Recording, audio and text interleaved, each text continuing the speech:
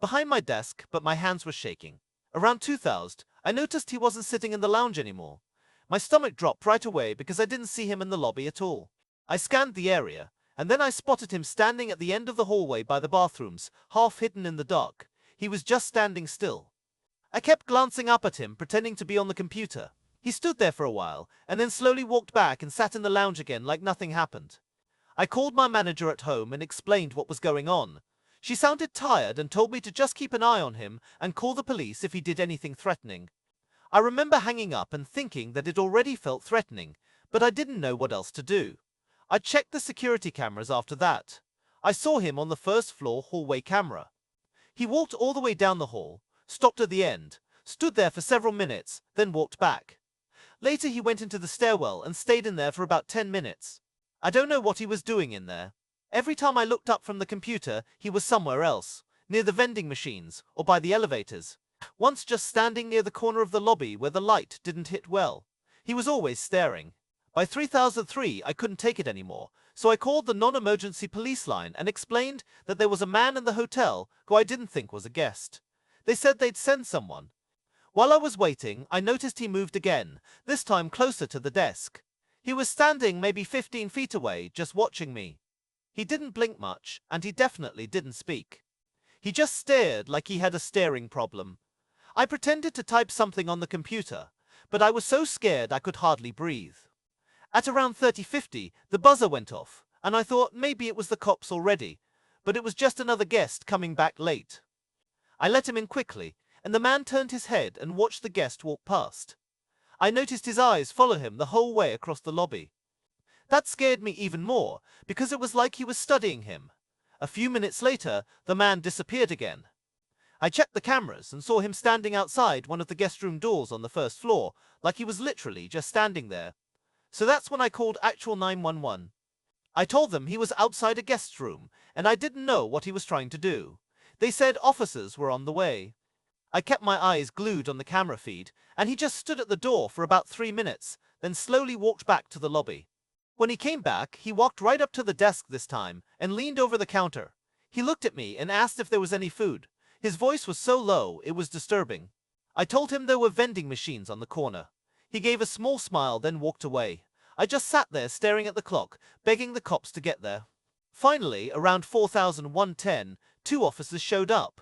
I let them in and pointed right at him. He was back in the lounge, sitting down. They walked over and talked to him for a few minutes.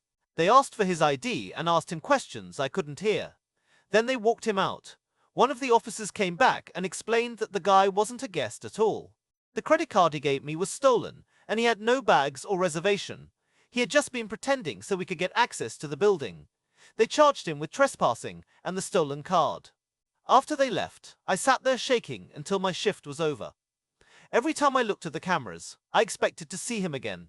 The part that messed me up the most was realizing he had been inside the hotel for hours, wandering around and standing outside guest rooms, watching me from different spots, and he was never even supposed to be there. I have no idea what his plan was, but I know it wasn't good. That was the scariest night of my life. My name is Meredith, I'm 24, and I work the night shift at a tiny gas station off County Road 11. It's the kind of place most people don't even notice unless they're out of gas or completely lost. I took the job because it was quiet and predictable. I like that. Or at least I used to.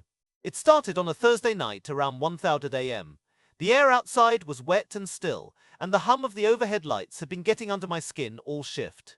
I was just about to microwave a cinnamon roll I didn't even really want when the door chimed. A man walked in, mid-40s, maybe older. He had a green coat, messy hair, and dry lips like he hadn't smiled in years. He didn't head for the coffee or chips like most people. He just stood near the counter, staring at me with a strange kind of familiarity. "Hi," I said, forcing a polite smile. Then the man said, "You always work this late?" I blinked and said, Yeah, mostly." He smiled. Then he said, "I figured, I've passed through a few times. Noticed it's always you." That unsettled me more than I let show. "Oh yeah, right, small town," I said. He didn't leave. "Meredith, right?"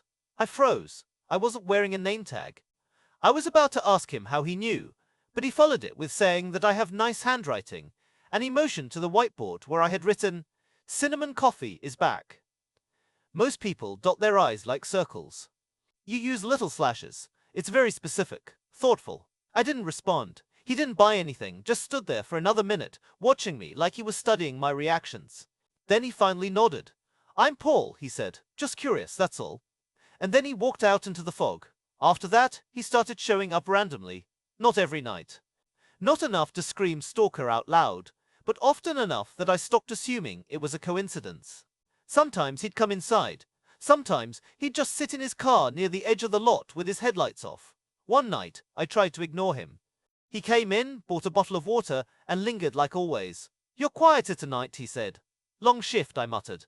He slowly looked around the store, like he was taking inventory of everything. "It must get lonely. Just you out here in the dark, no one else for miles," he said. "I'm fine," I replied. He leaned on the counter. "You ever get scared being a woman alone at night?" His voice wasn't threatening, that's what made it worse. It was curious, like neutral. Like he was asking about the weather. I stepped back, and I asked, "Do you need anything else?" He tilted his head. "You always keep the door to the back room locked." "Smart. I noticed you check at around 2 am almost every night." My stomach turned. I didn't answer. Nothing. He wasn't on his phone or reading. He wasn't even dozing off. He was just staring straight ahead at the blank screen. I got up at one point to grab water from the vending machine, and when I walked across the lobby, I felt him turn his head and watch me the whole way. I didn't look at him directly, but I could feel his eyes on me until I was back behind the desk. It gave me this really uneasy feeling. Around 1:00 am, I was checking the reservation system on the computer because I was bored, and that's when I noticed something weird. I pulled up the occupied room list and saw that room 214 said vacant. I mumbled, "What the fuck," under my breath and double-checked, because I literally just checked this guy in an hour earlier. I thought maybe I made a mistake, so I looked at the check-in logs, and there was nothing for him. No name, no charge, nothing. Then I went into the transaction screen to make sure his card had gone through earlier, and it showed no payments. I remember feeling confused as hell, because I swore I swiped his card, and it beeped like it worked, but there was nothing in the system at all. That's when I picked up the phone and called room 214. It rang like 10 times, but no answer. Then I checked the keycard entry log, which tells you if the door to that room was open that night, and it showed nothing. No one had entered the room. That's when I realized he never even went to the room after I gave him the card. I looked over into the lounge, and there he was. Still sitting there, staring at the TV that wasn't even on. I started to get this awful feeling in my chest. I sat there debating what to do. Part of me thought maybe the system just glitched, but the fact that the room had no entry log and no charge made it pretty clear he wasn't even checked in. I waited another 15 minutes just watching him. Around 1030, I walked over and asked if everything was okay. He turned his head and looked at me with no expression, and he told me he just couldn't sleep. Then he turned back toward the TV. I nodded and went back. Except the occasional guest coming in late. But one night, this man came in around 11, and everything about it still makes my stomach drop when I think about it. He buzzed the door, and I let him in. He looked mid-40s, tall, kind of skinny, but not too skinny. He was wearing jeans and a baseball cap, carrying a backpack. He walked up to the desk and asked if we had a room for the night.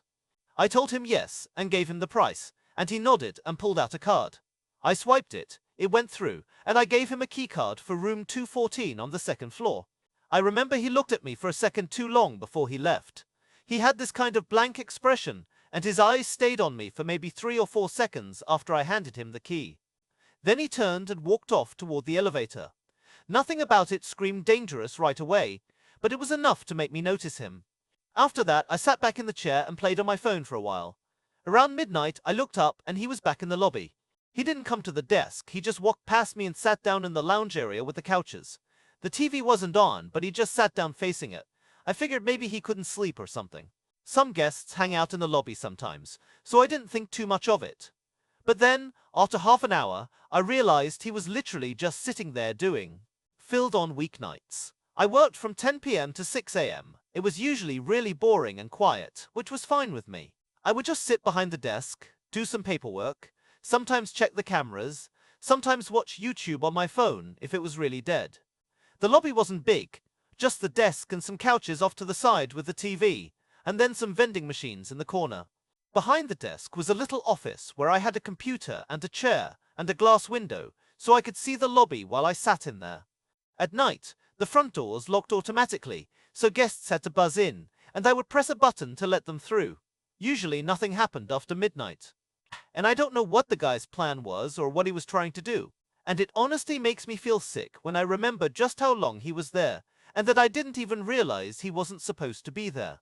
The hotel was small, only 3 floors and maybe 40 rooms total. It wasn't a busy place. Usually we only had about 10 or 15 rooms. Okay, so I used to work night shift at a small hotel, and this happened about a year ago. But I still think about it all the time because it genuinely freaked me out so bad.